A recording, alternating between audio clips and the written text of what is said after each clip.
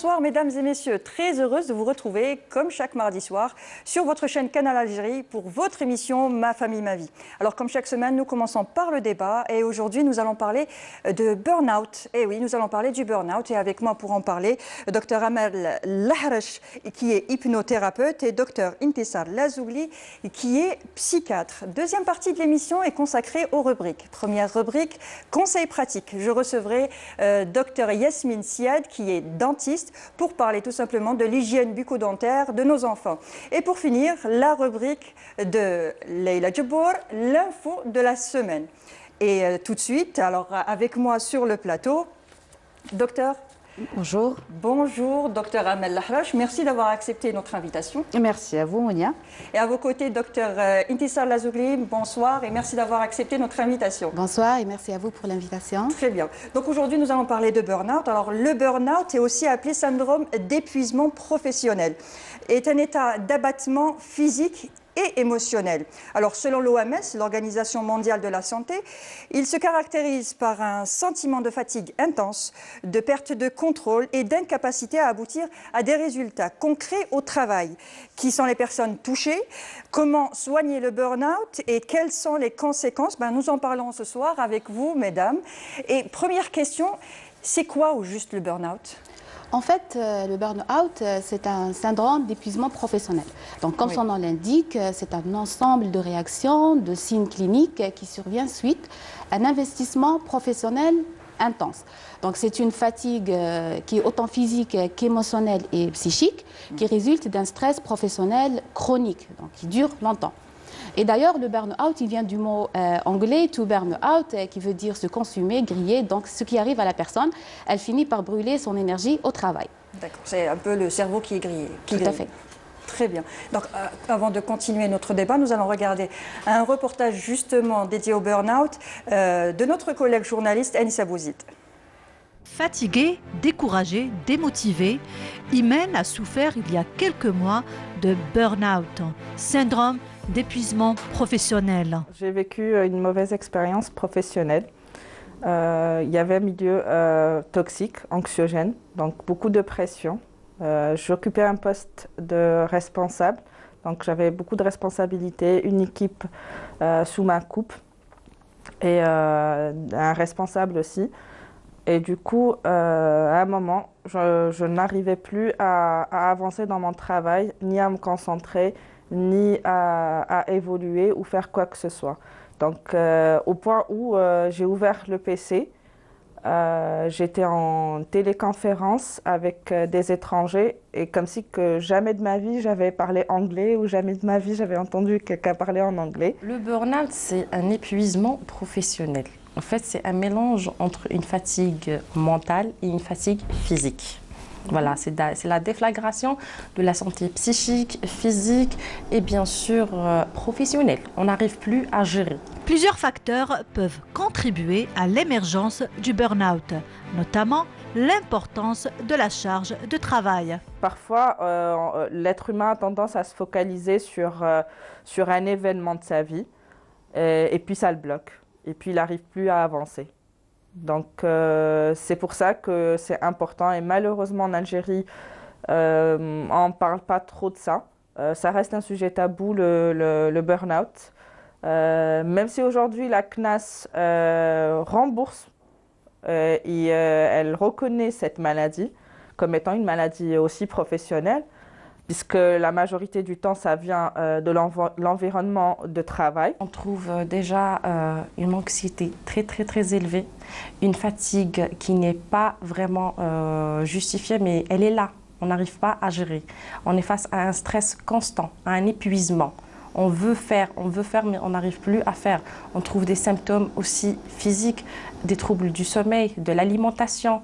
On ne prend plus soin de soi, on a une très mauvaise hygiène de vie. Pour aider le travailleur à reprendre pied, une prise en charge psychologique est indispensable. Le médecin de travail qui m'avait mis en arrêt en premier, et c'est ce médecin qui m'a demandé d'aller consulter et de me faire aider psychologiquement, et que ce n'était pas quelque chose que je devais prendre à la légère. En faisant des séances de sophrologie, et des séances de discussion on va dire c'est comme un coaching, hein. On apprend à réagir, on apprend à contenir certaines réactions. Notre responsabilité, au fait, après avoir identifié bien sûr ce problème, c'est d'apporter les solutions. Parce que ça ne suffit pas de mettre un diagnostic et de laisser partir la personne comme ça. Alors la mise en place des solutions, je vous ai dit c'est au cas par cas, mais avant tout c'est des techniques. C'est des techniques, il faut apprendre à cette personne de nouvelles choses, de nouveaux comportements. D'accord? Donc avant tout, il faut lui mettre en place un programme d'hygiène de vie pour se ressourcer physiquement. C'est la première chose. Ensuite, on va partir vers le côté psychique. Le côté psychique, donc, c'est plus de la relaxation, de la sophrologie, aider cette personne à reprendre ses priorités, à revoir ses priorités, bien sûr, et aller, bien sûr, vers des solutions. Lui apprendre à comment trouver des solutions. D'accord? C'est plus des TCC, c'est de la thérapie cognitivo-comportementale. Et par la suite, bien sûr, aider cette personne à gérer mieux son anxiété et son stress, à gérer son temps, donc qui veut dire gestion des priorités et à optimiser ses capacités au travail. Aujourd'hui, Imen se sent mieux. Elle a même lancé sa propre affaire. Alhamdoulilah, Imen va mieux, c'est vrai, mais on a vu dans le reportage, elle s'est sentie du jour au lendemain bloquée comme ça, comme si qu'elle ne connaissait plus cette langue qu'elle connaissait déjà, l'anglais. Donc, docteur, quels sont les premiers signes? Le burn-out est un processus évolutif. D'ailleurs, donc, il va évoluer progressivement dans le temps. Lorsque la personne ne parvient plus à faire face aux différentes contraintes de son environnement professionnel, elle commence à fournir plus d'efforts. Et là, elle va voir son énergie, sa motivation, son estime de soi qui vont progressivement décliner. Et donc, c'est pour cette raison que nous pouvons résumer les différents signes du burn-out en triple volet. Donc, on a le volet de l'épuisement, du désinvestissement et la perte du sens. D'ailleurs, les premiers signes du burn-out, ce sont des signes d'ordre physique. Donc, il s'agit beaucoup plus d'une fatigue corporelle qui est très importante. Donc, on assiste à une absence quasi totale de l'énergie. La personne se sent complètement vidée de ses ressources. Même si on dort, même si on fait une nuit complète, le matin on se réveille fatigué. C'est-à-dire d'ailleurs même les repos habituels comme le sommeil et les week-ends et les congés ne suffisent plus pour soulager cette fatigue. D'accord. Ensuite, la personne, elle commence à avoir des difficultés sur l'ordre psychologique et sur le plan émotionnel. Et là, ça se traduit soit par un vide émotionnel où la personne n'arrive plus à exprimer la moindre émotion, ou au contraire, elle va être dans une anxiété où elle peut connaître des moments de colère, d'énervement, de larmes incontrôlables. Elle peut devenir irritable, susceptible, elle n'arrive plus à gérer la frustration, à s'adapter. Elle peut aussi avoir des troubles, des difficultés de concentration, elle n'arrive plus à effectuer des tâches les plus simples qu'elle avait l'habitude de les faire de façon rapide. Elle n'arrive pas à prendre une décision. Elle perd le sens de priorité. D'accord. En parallèle, on a des symptômes aussi d'ordre psychosomatique. Donc, elle va somatiser, donc elle va présenter des douleurs musculaires, un blocage au dos, des insomnies. Quand on parle du stress, donc automatiquement, il y a une diminution de l'immunité, donc elle aura tendance à faire des infections à répétition. Et comme je vous l'avais dit que ça évolue, donc la personne passe ensuite par une dépersonnalisation.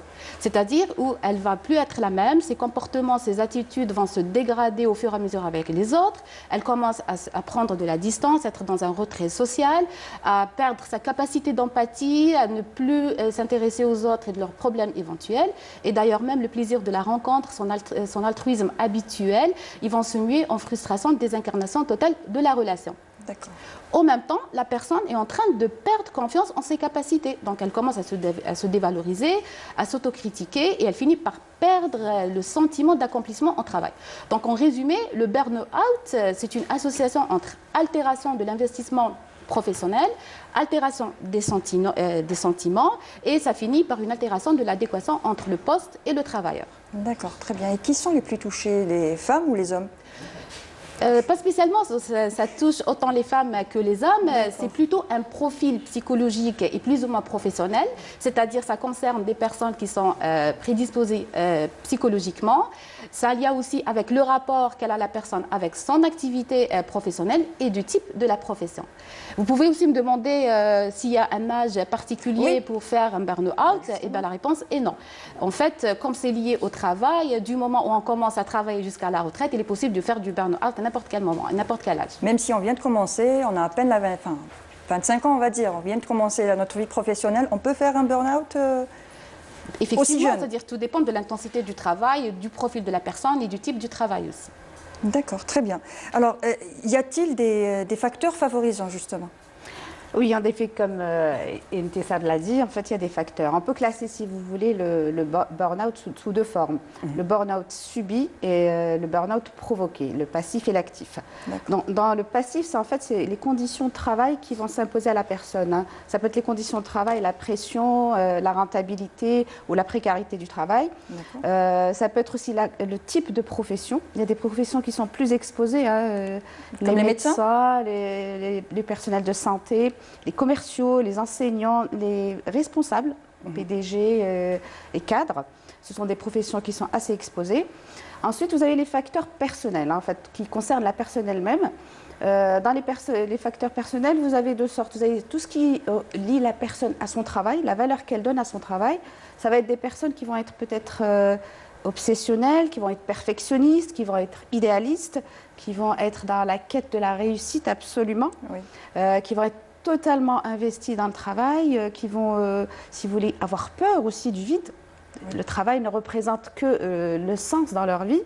Ça va être aussi des personnes qui ne savent, entre guillemets, pas s'organiser, qui n'aiment pas déléguer aussi. Ça, c'est par rapport à la relation au travail. Le deuxième volet, c'est la personnalité du concerné ou de la concernée. Alors, ça va être des personnes qui, peut-être, manquent de confiance en elles, ont du mal à s'imposer, à dire non, qui ont besoin aussi de, si vous voulez, de développer leur estime de soi. Donc les personnes qui ont moins confiance en elles sont plus susceptibles de faire un burn-out. En fait, tout ce que je vous ai dit comme facteur, tout peut être intriqué, tout peut être rencontré dans la même situation. Hein. Ce n'est pas un seul facteur qui fera qu'une personne va être exposée à un burn-out. Ça peut être un peu de tout, en fait. Voilà. D'accord. Est-ce qu'il y a des stades dans le burn-out ? Oui, en effet. Comme Intessab, tu l'as dit, en fait, c'est un processus évolutif. Hein. Donc, ça va aller dans le temps. On connaît les phases du burn-out en 4 phases. Hein. C'est une classification. Vous pouvez en trouver d'autres. Hein. Vous avez la première phase qui est la phase aiguë, en fait. C'est la phase d'alarme. C'est là que commencent les symptômes dont tu as parlé, en fait. D'abord les symptômes physiques, psychologiques. La personne commence un petit peu à souffrir de ce stress chronique. Là, elle commence à fatiguer aussi. Là, on peut agir. Sur cette première phase, on peut agir. Ensuite, on passe par la deuxième phase qui est la phase de résistance. La personne va reprendre le travail, va, si vous voulez, s'acharner, va être dans le déni par rapport à tout ce qu'elle ressent comme symptômes. Et elle va aller crescendo dans, si vous voulez, que le travail. Rajouter une couche, quoi. Rajouter une couche à ce qu'elle vit déjà. Là aussi, on peut agir. La prévention est possible. Ensuite, vient la troisième phase, c'est la phase de la rupture, ce qu'on appelle la rupture. Tous les symptômes de la première phase, physique, psychologique, émotionnelle, réapparaissent. Et la personne, si vous voulez, elle est dans un cercle vicieux où le repos est impossible. Que ce soit les vacances, le sommeil, les week-ends, il est impossible de se reposer. Et là, la machine commence un petit peu à lâcher. Et ici, à ce moment-là, il faut absolument intervenir parce qu'avant d'arriver à la dernière phase, qui est la phase du burn-out, où vous avez toute cette panoplie de symptômes qui est installée, où, si vous voulez, la personne, en quelque sorte, crame sur tous les plans. Et ici, il est urgent d'arrêter le travail. Il est urgent de passer à un arrêt de travail qui peut être long parfois et de passer à la prise en charge, qu'elle soit psychologique ou, si vous voulez, chimique. D'accord, très bien. Est-ce qu'il y a un lien, parce que ces derniers temps, on entend aussi parler du burn-out parental. Est-ce qu'il y a un lien entre les deux, le burn-out et le burn-out parental? Mounia, je vais vous poser une question. Il y a une profession qu'on oublie, il y a une belle profession qu'on oublie, c'est la profession de parents. C'est un métier à part. Bon, c'est vrai que la notion de burn-out parental est assez récente, hein, on n'entend parler que depuis peu. C'est un métier à part, le métier de parent. Oui, on constate qu'il y a le burn-out parental, pardon, je pense que j'allais parler des papas. En fait, oui, ça concerne plus les mamans que les papas. Pourquoi? Parce que c'est la configuration, si vous voulez, de la famille. Mais il peut arriver des situations où papa peut souffrir de cette situation. Donc le burn-out parental existe. Il a pratiquement les mêmes causes que le burn-out professionnel. Ça touche autant la femme active que la femme au foyer. Attention, parce qu'on pense que la femme au foyer Justement, c'est ce qu'on pense, que la femme au foyer a le temps de se reposer, a le temps de s'occuper comme il faut, on va dire, comme il se doit, de ses enfants, de prendre le temps de partager des petits moments avec les enfants et tout ça. Et puis la femme qui travaille, on pense toujours qu'elle est toujours là à courir entre le travail, la maison, les enfants. Donc c'est vrai qu'on croit souvent que c'est surtout la femme qui travaille, active, qui est plus touchée. Oui, c'est une croyance. Yahilha, la femme au foyer, parce qu'elle aussi, oui, elle pas a facile du boulot. aussi pour elle. Là, on va voir un petit peu les causes. Vous allez comprendre que c'est possible, qu'on soit une femme au foyer ou une femme active, c'est très possible d'être exposée à ça. En fait, le burn-out, si vous... parental ou maternel, parce que j'hésite entre dire maternelle, j'ai pas envie de mettre de côté les papas. Parce qu'ils m'en voudront.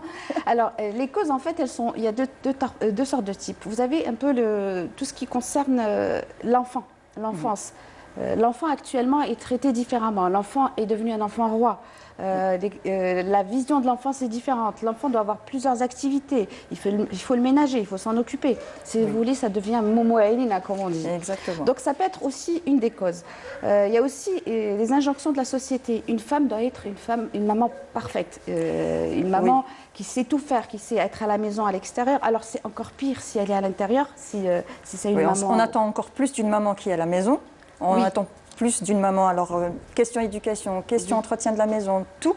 On en attend plus d'une maman qui reste s'occuper de ses enfants à la maison. Mais le métier de maman, ça s'apprend au fur et à mesure. On n'est pas maman, on apprend à le devenir, n'est-ce pas? On est prête à être maman, on a tout ce qu'il faut pour être maman. Après, c'est vrai qu'avec le temps, elle apprend. Et parmi les causes, je vous ai dit, c'est ça, c'est les injonctions de la société par rapport à l'enfance, par rapport au rôle de la maman, mais aussi les facteurs internes. Les facteurs internes, c'est des mamans qui vont être exigeantes à l'égard d'elles-mêmes, qui vont être dans le don, tout faire pour faire plaisir aux autres. C'est des mamans qui ne savent pas déléguer, qui n'ont pas appris à déléguer, qui vont tout faire, s'occuper d'absolument tout. Ce genre de maman a l'impression... Ça vous fait sourire. Ça me fait sourire parce que personnellement, c'est vrai, on va dire que je suis passée par là, on a l'impression que les autres ne sauront pas s'occuper des enfants ou de la maison mieux que nous, parce que logiquement, c'est la maman qui doit tout savoir. Exactement. C'est une fausse idée aussi. Oui, tout à fait, parce qu'en fait, on le paye cher ensuite. Il y a aussi un aspect important, Mouniès, c'est aussi le côté psychologique. Parfois, il arrive qu'à travers cette attitude excessive, on cherche à soigner des blessures personnelles, des blessures concernant la propre histoire de la maman, l'enfance de la maman. La maman, en quelque sorte, veut être une maman parfaite pour compenser ce qu'elle a eu, ce qu'elle n'a pas eu pendant son enfance. Être une meilleure maman que sa propre maman à elle. Voilà un petit peu ce qui va concerner le burn-out parental. Il faut savoir aussi attirer l'attention, Mounia, sur les conséquences. Les conséquences vont être parfois dramatiques, autant sur la vie de couple, parce que c'est une maman qui va suivre un peu les étapes que Intessar a décrites. Elle va arriver à un moment où elle ne sera plus du tout, entre guillemets, opérationnelle pour elle-même ou pour les autres.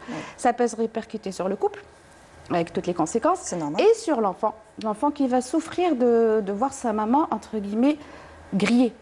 Sa maman n'est plus là.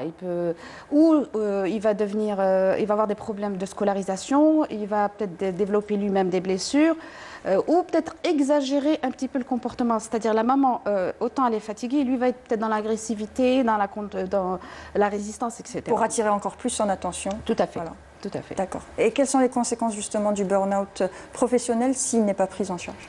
Alors, tant que les conditions de travail ne vont pas s'améliorer, tant que la personne ne va pas se prendre en charge précocement, là, on risque de déboucher sur des problèmes graves. Donc, quand on vient de le décrire qu'il y a des symptômes physiques, donc la persistance de tous ces symptômes peut induire l'apparition de certaines maladies cardiovasculaires. On peut avoir des ulcères gastro-duodénaux, donc des perturbations de l'alimentation. On peut développer donc des attaques de panique, donc il y a une crise d'angoisse qui peut se manifester par une tachycardie, sensation d'étouffement, des sueurs. Et la persistance de ces attaques de panique peut donner un trouble anxieux qui est souvent le trouble panique. La persistance de l'épuisement aussi peut induire un état de dépression. Comme on peut avoir aussi certaines conduites d'addiction. Donc il y a un mal-être, il y a certaines personnes qui vont aller chercher à soulager et à calmer ce mal-être en consommant de l'alcool, certaines drogues et des médicaments. Dans les cas les plus extrêmes, donc la personne, elle va se retrouver dans un état physique et psychologique qui ne lui permet plus de poursuivre son activité professionnelle. Donc ce qui est vécu d'abord comme une rupture, un écroulement brutal, et ce qui risque de pousser la personne à démissionner. Et là, on a toutes les répercussions donc financières, des répercussions sur la sphère familiale, sociale, amicale. C'est-à-dire dans l'ombre de l'épuisement émotionnel, on va voir grandir le sentiment d'incapacité et on finit par se sentir tout petit dans un monde très grand. Oh, c'est pas rien. Mounia, si Oui, je me bien permets, sûr. on avait parlé des étapes. Je voulais justement rebondir avec Intessar par rapport aux étapes du burn-out. Bon, il faut savoir qu'il y a des tests qu'on peut trouver sur Internet pour aller voir son... Si on fait un burn-out ou si pas. on le fait, Oui. à quel stade on est. Bon, ce ne sont que des tests pour se situer en fait. Il faut faire attention à... c'est accessible au grand public, c'est pas forcément ce que le test va dire qui est réel. Seul le médecin traitant peut diagnostiquer le stade du burn-out. Effectivement, D'accord. Amel, c'est-à-dire cette version électronique du questionnaire a comme vocation de permettre aux personnes une auto-évaluation de son épuisement et de renseigner afin de chercher une aide médicale ou bien psychothérapeutique. Et ça reste toujours un diagnostic donc médical et clinique. Il y a seul le médecin traitant, éventuellement les psychiatres, qui sont habilités à faire le diagnostic et qui sont capables pour tout avis d'instauration, de modification, bien un arrêt de traitement médicamenteux. Tout à fait. D'accord. Donc si on a un doute, on peut le faire, mais on ne s'y fie pas vraiment. Oui. Si le résultat est inquiétant, on va voir le médecin. Tout Ou à même fait.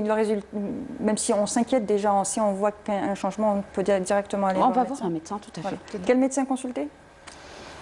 Les médecins du bien-être. Les médecins du bien-être, voilà, les Donc, médecins du bien-être, psychologue, psychiatre. psychothérapeute. D'accord. Alors, peut-on avoir des séquelles à vie, mesdames?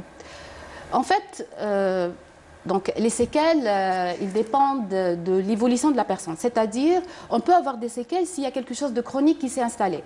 Donc, comme je viens de le dire, donc si on a des pathologies cardiovasculaires, c'est chronique. Ouais. On peut avoir des troubles anxieux et voire même une dépression chronique. D'accord. On peut devenir hypertendu ou ce genre Tout à fait, de donc ça fait maladie. partie Oui. de Voilà. toutes les conséquences. On peut devenir diabétique, ce genre de choses. Exactement, c'est-à-dire toute D'accord. pathologie organique chronique et psychique aussi. Très bien. Et comment soigner le burn-out? Alors, À toi la parole. ok, donc la prise en charge du burn-out, ça va se dérouler en plusieurs étapes. Oui. D'abord, on a le repos.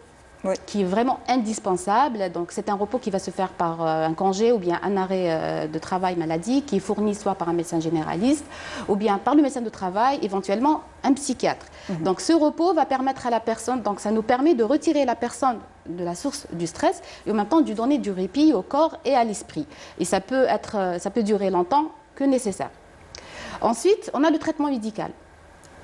Donc, le traitement médical, il peut être envisagé donc un type d'anxiolytique et des antidépresseurs. Et ça revient toujours au médecin traitant, donc qui va décider d'instaurer ou pas le traitement, bien sûr, en fonction de l'état de la personne et de son stade du burn-out.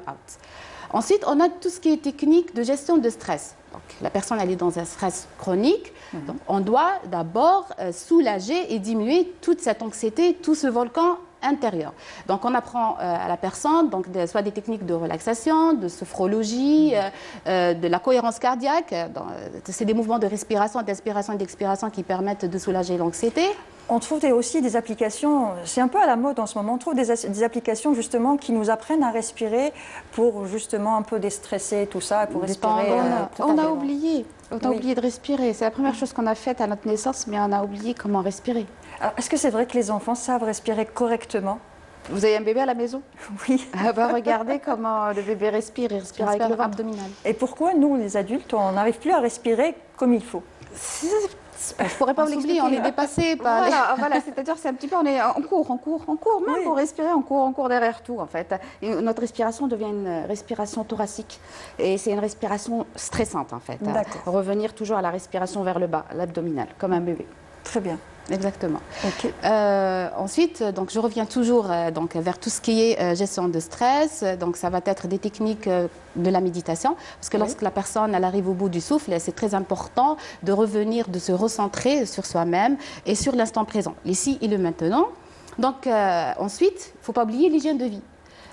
le fait de pratiquer une activité sportive de façon régulière. Donc ça permet de lâcher et de libérer toutes les tensions accumulées au cours de la journée. C'est très important de le faire de façon répétée, donc tous les jours. Et maintenant, après, c'est au choix. Soit c'est un traitement, c'est un sport d'équipe ou bien individuel, ou bien ça peut être quelques exercices à la maison. Et l'idéal, c'est de les combiner à une alimentation saine.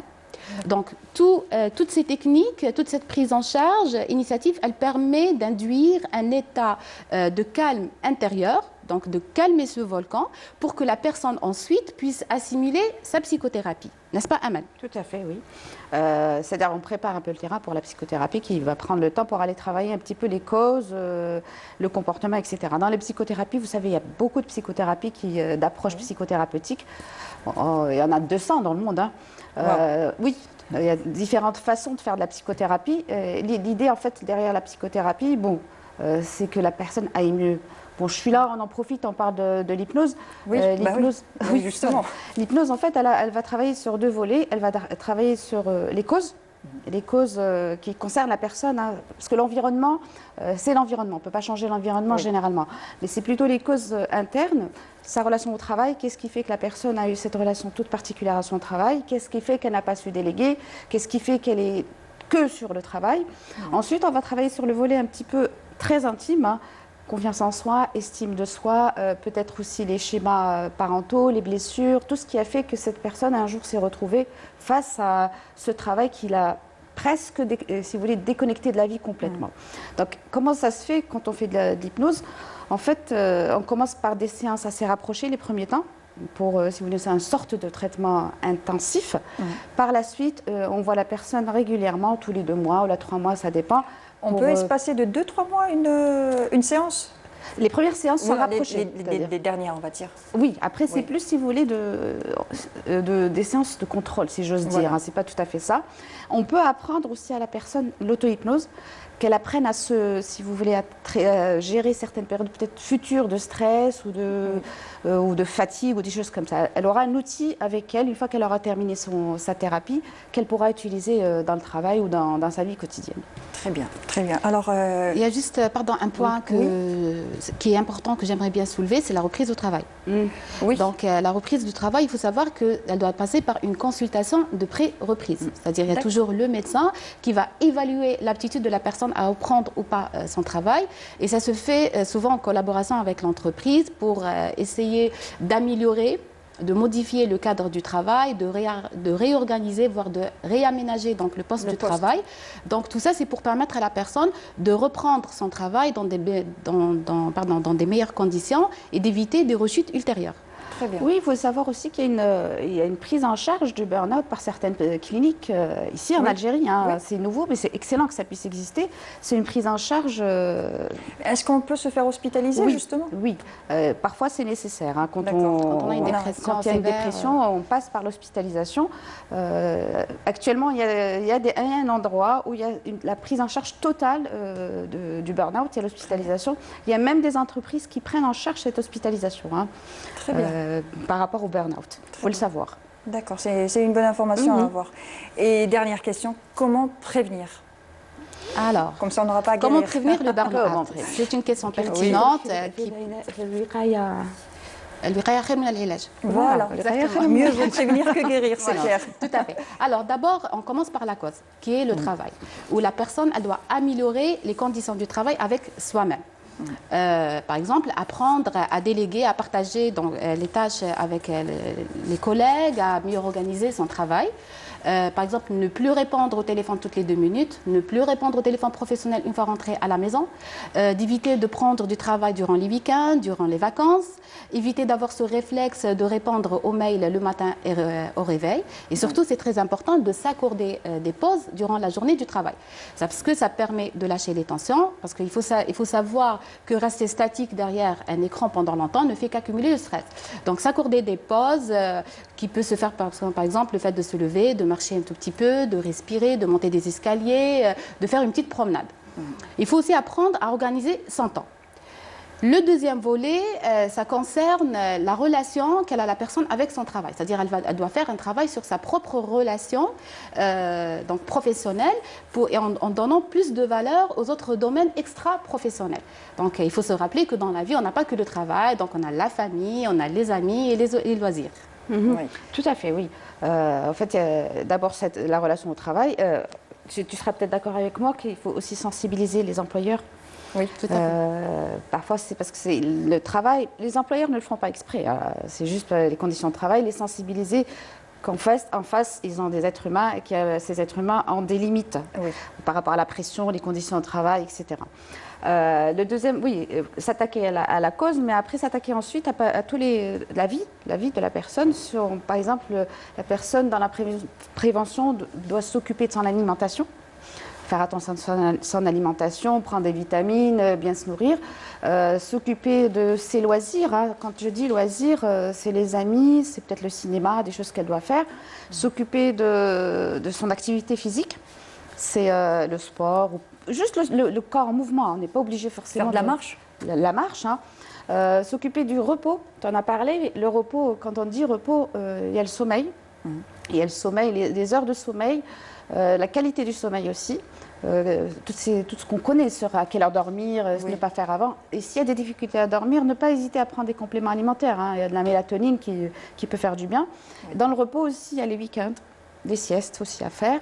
Et le bien-être, le volet bien-être, dans le bien-être, c'est un peu sa personne, hein, se faire du plaisir, se faire du bien, méditer, danser, se relaxer, toutes ces choses qu'on peut faire sur soi-même. En fait, l'approche est une approche holistique, globale de la personne dans la prévention. Il faut savoir aussi, Mounia, que si on a envie de prévenir, c'est bien de le faire au début, aux premières phases du burn-out. Voilà, c'est-à-dire la phase de l'alerte, quand la personne croit que tout va bien, quand elle est dans la résistance. Là, on peut prévenir. Hein. On peut prévenir avant, hein, si on décide que la vie n'est pas le travail. D'accord, très bien. Bah, merci pour toutes ces informations, c'était très enrichissant. Alors, je rappelle, docteur Amel Lahrache, vous êtes hypnothérapeute, merci d'avoir répondu à toutes ces questions. Et docteur Intisar Lazouli, vous êtes psychiatre, merci encore une fois. Merci, je vous en prie. Et tout de suite, nous passons à la rubrique conseils pratiques.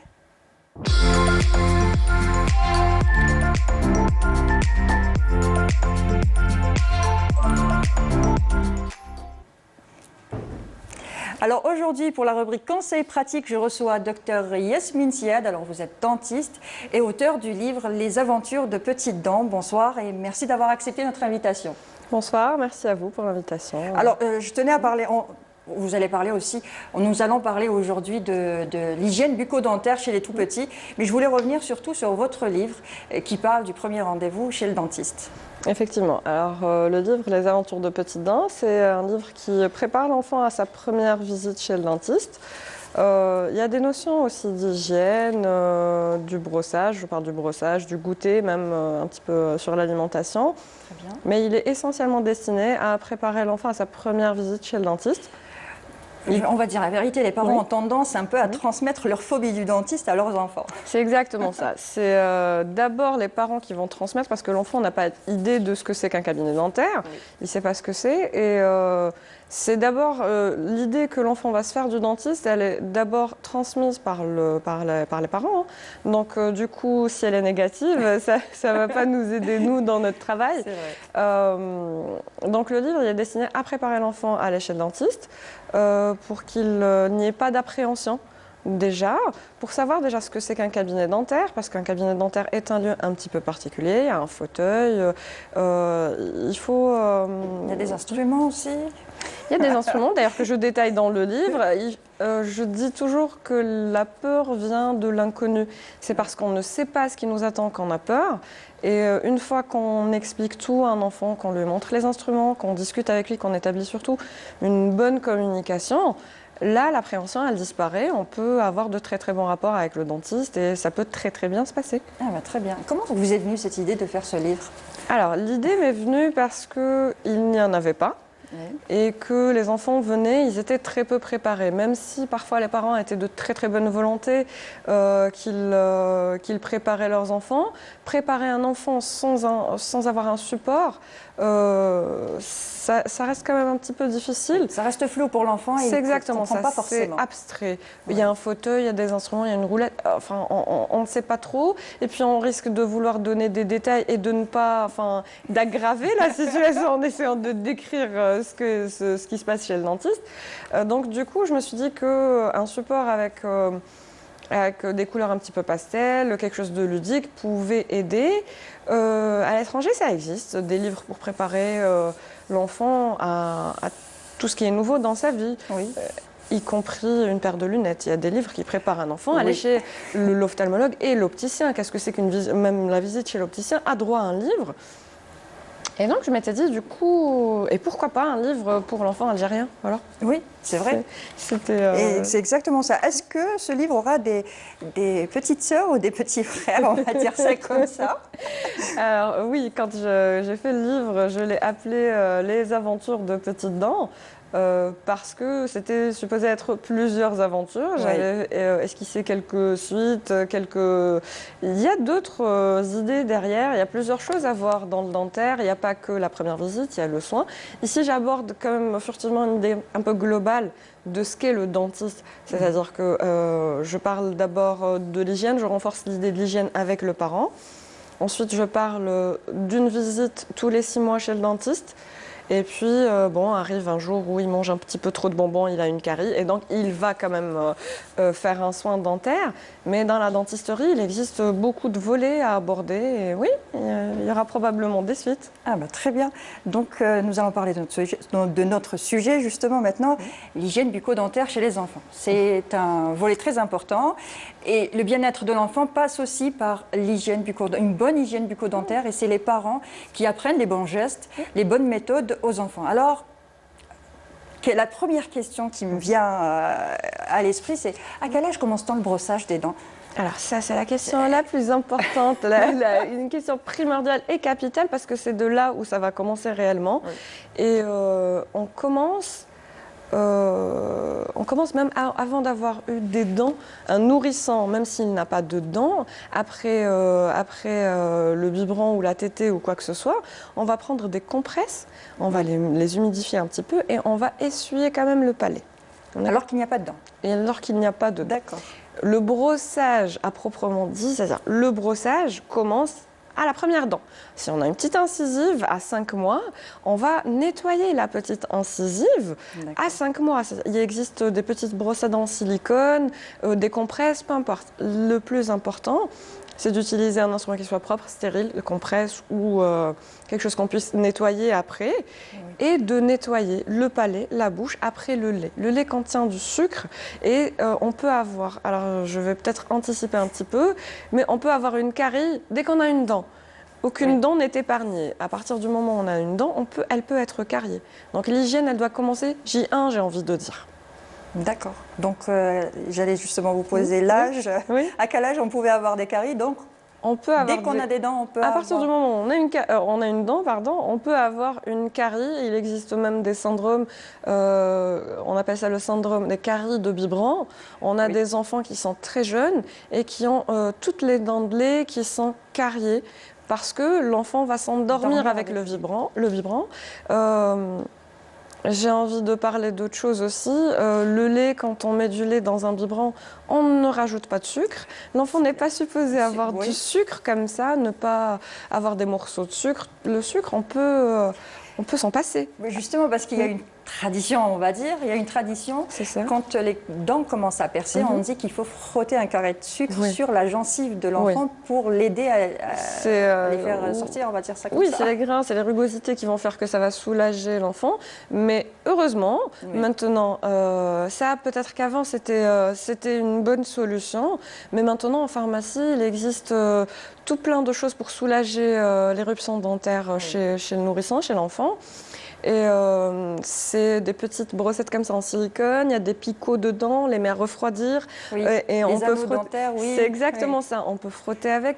C'est-à-dire qu'il n'y a pas que le sucre, et le sucre à mon avis, l'enfant ne doit pas avoir accès au sucre avant 3 ans. Oui. Ça semble raisonnable pour moi. Je ne sais pas si c'est réalisable, mais dans oui. Voilà, mais le lait est déjà sucré. Le lait est ne déjà sucré, rajoutez c'est clair, pas oui. du sucre au Voilà. lait, les laits au chocolat, tout ça. On attend quand même que l'enfant soit plus grand, qu'il puisse se brosser les dents avec du dentifrice, parce qu'avant, très important.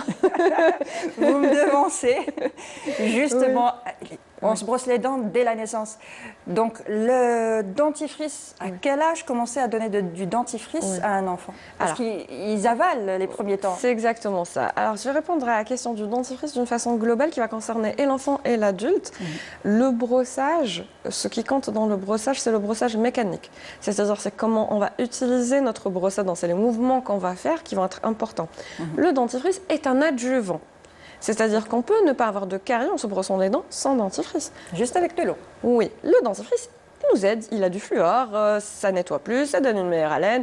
C'est un adjuvant, c'est encore plus efficace, certes, mais le brossage le plus important, c'est la brosse à dents et c'est le brossage mécanique. Alors mettre beaucoup de dentifrice ne fera pas que vous aurez moins de caries. Quelqu'un qui mettrait une petite noisette de dentifrice et qui se brosserait quand même correctement n'aura pas de caries. Et pour les enfants, le dentifrice, on va l'introduire à partir de l'âge de 3 ans, ou alors dès qu'on voit que l'enfant a la capacité quand même de ne plus avaler, de savoir se rincer, d'avoir un petit verre, de se rincer la bouche, de ne plus avaler le dentifrice. Mais avant 3 ans, c'est un brossage qui sera exclusivement fait avec de l'eau. De l'eau. Très bien. Et à quel âge la première visite? Alors, la première visite, ça c'est la question que je préfère le plus. Alors, la première visite, on va dire que de prime abord, on va dire que la première visite va se faire à l'éruption des premières dents.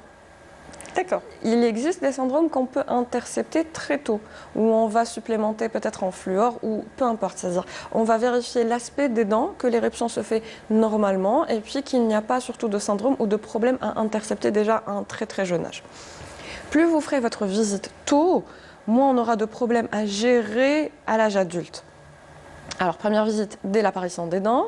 On va garder le cap sur des visites, on va dire, tous les 6 mois. C'est ce qui est recommandé pour l'enfant et pour l'adulte aussi. On va voir le dentiste tous les 6 mois pour vérifier s'il n'y a pas de problème, s'il n'y a pas apparition d'une carie ou quoi que ce soit. L'âge clé auquel on doit quand même faire une visite, même si on a raté le coche sur les premières visites et qu'on surveille quand même l'hygiène, qu'on vérifie les dents, tout ça, c'est 3 ans. D'accord. À 3 ans, il sera... L'enfant déjà a toutes ses dents en principe à 3 ans. C'est exactement ça. Et puis, il y a des décalages osseux qu'on peut intercepter très vite à cet âge-là. Il y a des appareils qu'on peut mettre à cet âge-là. Je parle surtout du cas de la prognatsie, c'est-à-dire quand on a le menton, la mâchoire du bas, qui est plus avancé que la mâchoire du haut. On se retrouve souvent en consultation face à des adultes qui n'ont pas été traités pour ça. Et le traitement, si on l'anticipe à l'âge de 3 ans, 4 ans, 5 ans, il donne très bien. Après, à l'âge adulte, il n'y a qu'une possibilité qui est chirurgicale. Voilà, et c'est un petit peu lourd. Donc, 3 ans, c'est un âge clé où on va pouvoir intercepter plein de problèmes, plein de syndromes et régler ça surtout très vite, en fait. Très bien. Voilà. Très bien. Donc, une dernière question. Je sais que normalement, tout le monde doit savoir ça, mais je voulais quand même la poser. La durée de vie d'une brosse à dents. Voilà. J'adore vos questions. J'adore vos questions. On fait le tour de toute l'hygiène bucco-dentaire et c'est pertinent et on ne le dit pas assez. Justement. On n'est pas supposé savoir combien de temps on va garder sa brosse à dents. Il faudrait qu'on nous le dise. Ça, c'est important. Alors, la brosse à dents a une durée de vie de 3 mois. Pas plus. Pas plus. Elle ne fête pas son anniversaire avec nous. C'est 3 mois. On va garder comme astuce un petit peu pour se rappeler, à chaque fois qu'il y aura un changement de saison, dès qu'une saison va commencer, on va changer de brosse à dents. Oui, parce que comme ça, je vous dis, tous les 3 mois, vous n'allez pas forcément vous rappeler dans 3 mois. Voilà. On ne va pas mettre non plus un rappel dans... vraiment écrire, voilà. Ça se lave. On va se rappeler, premier jour de printemps, on va s'offrir une nouvelle brosse à dents, premier jour d'été, pareil, et on va continuer comme ça, ainsi de suite. Très bonne astuce, merci. Merci à vous. Merci en tout cas pour toutes ces informations très utiles. Alors je rappelle, vous êtes dentiste, docteur Yasmine Siad, merci encore une fois. Aïchek, merci beaucoup, merci pour l'invitation et puis merci d'aborder ce sujet qui est quand même très important. Merci. Et tout de suite, nous passons à la dernière rubrique qui est l'info de la semaine.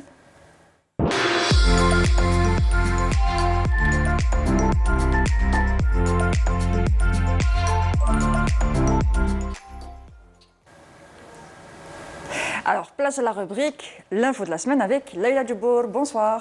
Bonsoir Mounia. Ça va? Très bien et vous? Très bien, merci. Et votre invité? Et oui, nous avons aujourd'hui Essia Benalawa. Alors, pour parler de coccinelle, et non, ce n'est pas l'insecte coccinelle, et ben non, c'est une plateforme, c'est l'annuaire de la petite enfance. Alors, ça permet donc de répertorier les établissements, mais pas que. Essia Benalawa va nous expliquer justement, vous êtes la cofondatrice de cette plateforme. Alors, comment est venu ce projet coccinelle? Donc, bonjour Leïla, bonjour aux téléspectateurs. Donc ce projet m'est venu avec la cofondatrice Madame Benziyada.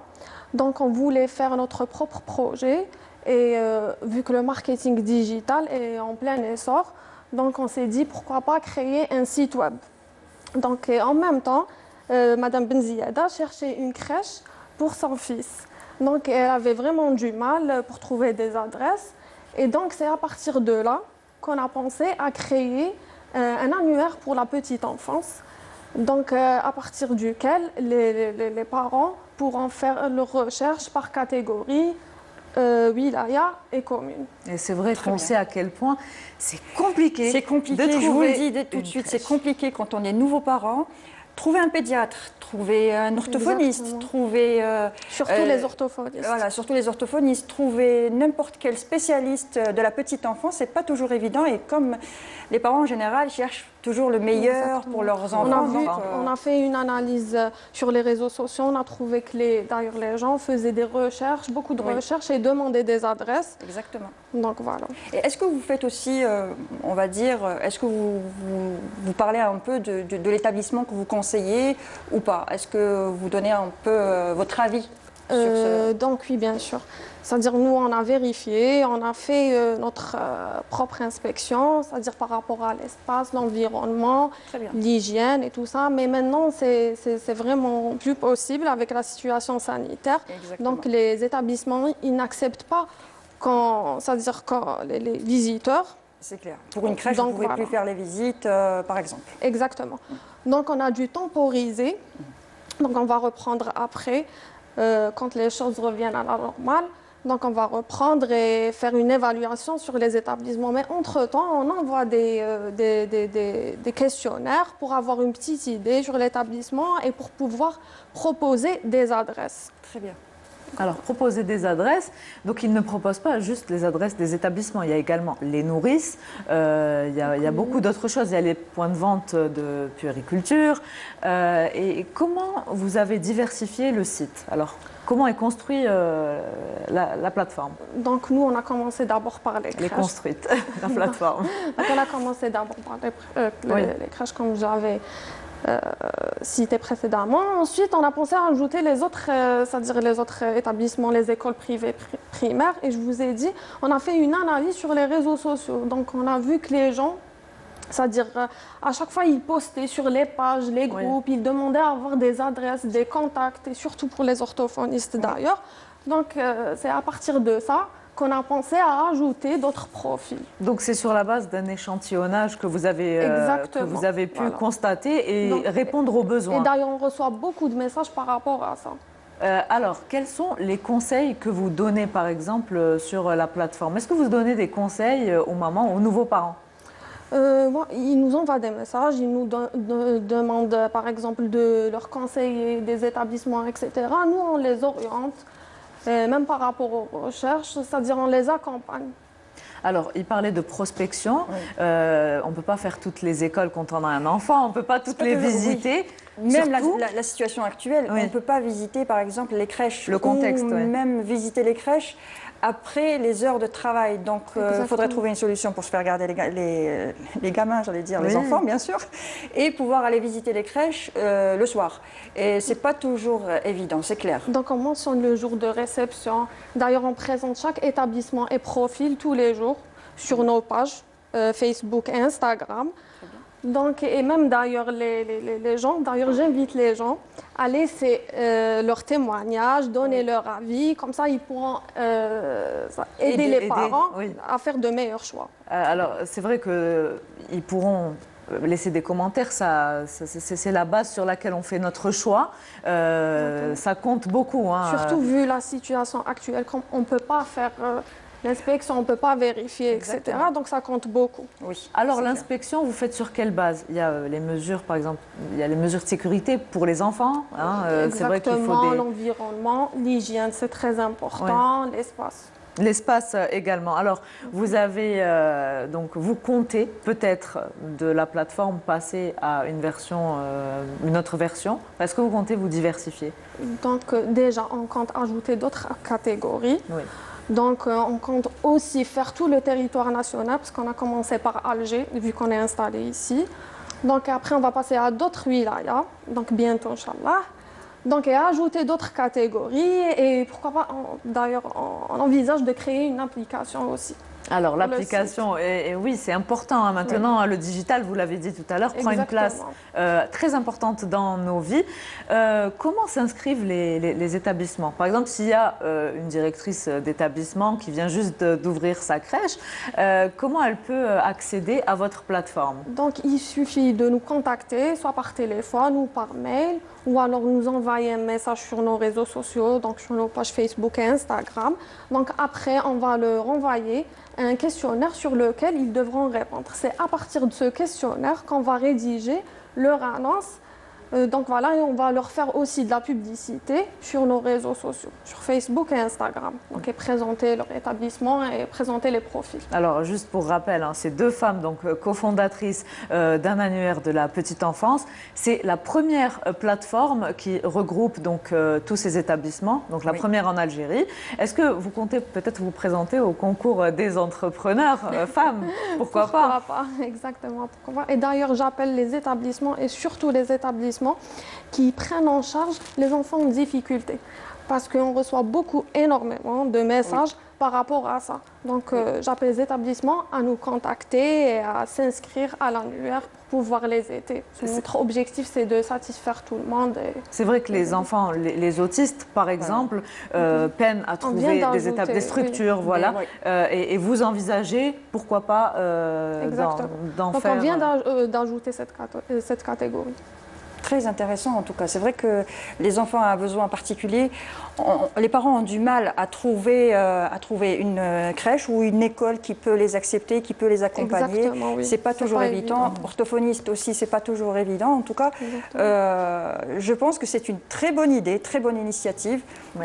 Pour les jeunes parents, c'est un vrai coup de pouce parce que ça nous aide quand on devient parent. On est tellement déjà perdu par le fait de devenir parent et par le fait d'apprendre déjà à devenir parent. Alors avoir un coup de pouce pareil avec les adresses et puis les contacts des médecins, des écoles, des crèches, c'est très intéressant. En tout cas, je vous souhaite bon courage et longue vie. Merci. Alors, ils peuvent consulter gratuitement les établissements, même les psychologues, les pédiatres. Donc voilà, il y a tout un accompagnement qu'ils offrent et c'est Coccinelle Alger.